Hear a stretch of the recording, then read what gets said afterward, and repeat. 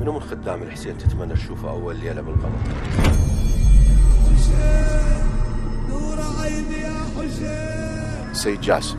سيد جاسم. نعم وارجاوي. لأن أنا تربيت في بيته من 91 إلى 96. أنا تربيت في بيت سيد جاسم، وعلاقتي به علاقة من طفولتي، علاقتي بالسيد، وأعرف إخلاصه وتدينه وحبه للحسين. تذكره؟ دائما دائما ما يفارقني. كثيرا أنه أنا في أكو رؤية مرتبطة بهذا الموضوع، شنو هي؟ ليش ما تسولفها؟ رؤية شنو؟ ما أعرف. أكو فد رؤية أنت شايفها ما تقبل تسولفها. صحيح، بس أنا ما سولفت لك، يعني متعجب منين أنت هذا؟ إحنا ما سوينا إعداد قبل الحلقة أنا وياك. كل الكادر يشهد والحسين يشهد إنه إعداد ماكو إعداد، شهد الله. ولكن أنا عندي إحساس للقاء جمعني بيك مرة من المرات. نعم. وأثناء عابر الكلام أنت عبرت وتعديت، ما قبلت أن تتكلم. لا، أنا مرة شفت في عالم الرؤيا القيامة قائمة، وشفت الحسين عليه السلام جالس بعيد عن الناس. طبعا مليارات البشر واقفة، مليارات إذا مو أكثر. نعم. وأكو فد مجلس معقود أمامي، إيه، اللي يقرأ على المنبر في عرصات القيامة سيد جاسم. الله. أي. والحسين قاعد بصف المنبر، وأكو سادة بصف الحسين عليه السلام. والخلائق هاي من زمن آدم إلى يوم القيامة واقفة تنظر للمجلس، وأنا أمامهم واقف. فسيد جاسم يجيب بعض المعلومات عن رزية الحسين، ويلتفت للحسين اللي هو كان مطرق برأسه. الله الله. يقول له سيدي أبا عبد الله. أنا شلون عرفت الحسين؟ من كلام سيد جاسم. يقول له سيدي أبا عبد الله، هاي المعلومة اللي قلتها صحيحة يا لا؟ فالجالس يأشر براسه يقول له صحيحة. يقرأ مصيبة ثانية، على ما أتذكر مصيبة الرضيع كذا، ويسأل الحسين يقول له سيدي هاي المعلومات اللي أقولها صحيحة؟ فيأشر براسه نعم. بعد قليل اللي حاكيه السيد سيد جاسم ويقول له صحيح، اللي يقول له سيدي أبا عبد الله، بدأ يشيل راسه على الخلائق. فأنا شفت عيونه كبيرة، هذا فقط الشفته. في قلبي قلت إذا الحسين هكذا جماله، أمير المؤمنين شنو، فاطمة الزهراء شنو.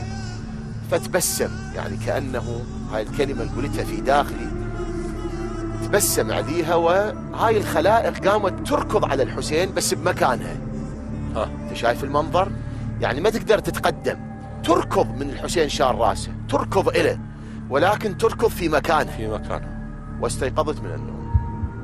هاي من الرؤى اللي ما انساها. عن راية اكو عند شيء اخر من الحسين سلام الله عليه، ولكن اتمنى تاخذ يم الوالد والوالده. تمام. الخدام الحسين فتحه هناك. تمام. جزاك الله خير، جزاك الله خير. شنو اللي خلى محاضراتك كلها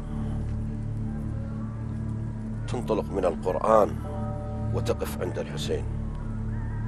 هي صح هذا الأمر، غيرك ممكن وقف عليه، ولكن أنت أوقفت عمرك، منبرك، صوتك، فكرك إلى أن تربط الحسين بكل تفاصيله مع القرآن.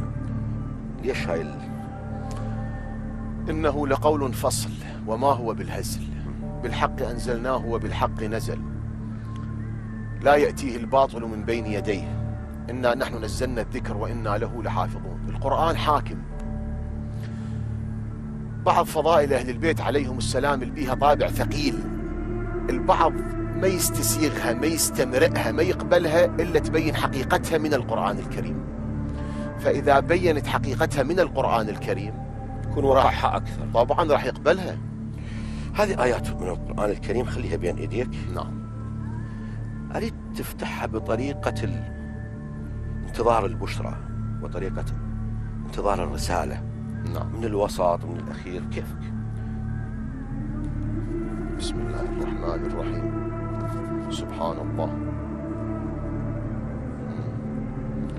الذين تتوفاهم الملائكة طيبين يقولون سلام عليكم ادخلوا الجنة بما كنتم تعملون. صدق الله العلي العظيم.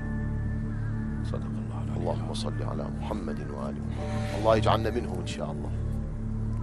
الله يجعلنا منهم إن شاء الله. ايه الله يجعلنا منهم إن شاء الله. ممكن أن تكون هاي الآية في يوم من الأيام محاضرة تتكلم عن طبعا بعونه تعالى، طبعا من الآيات المهمة هذه الآية. شيخ زمان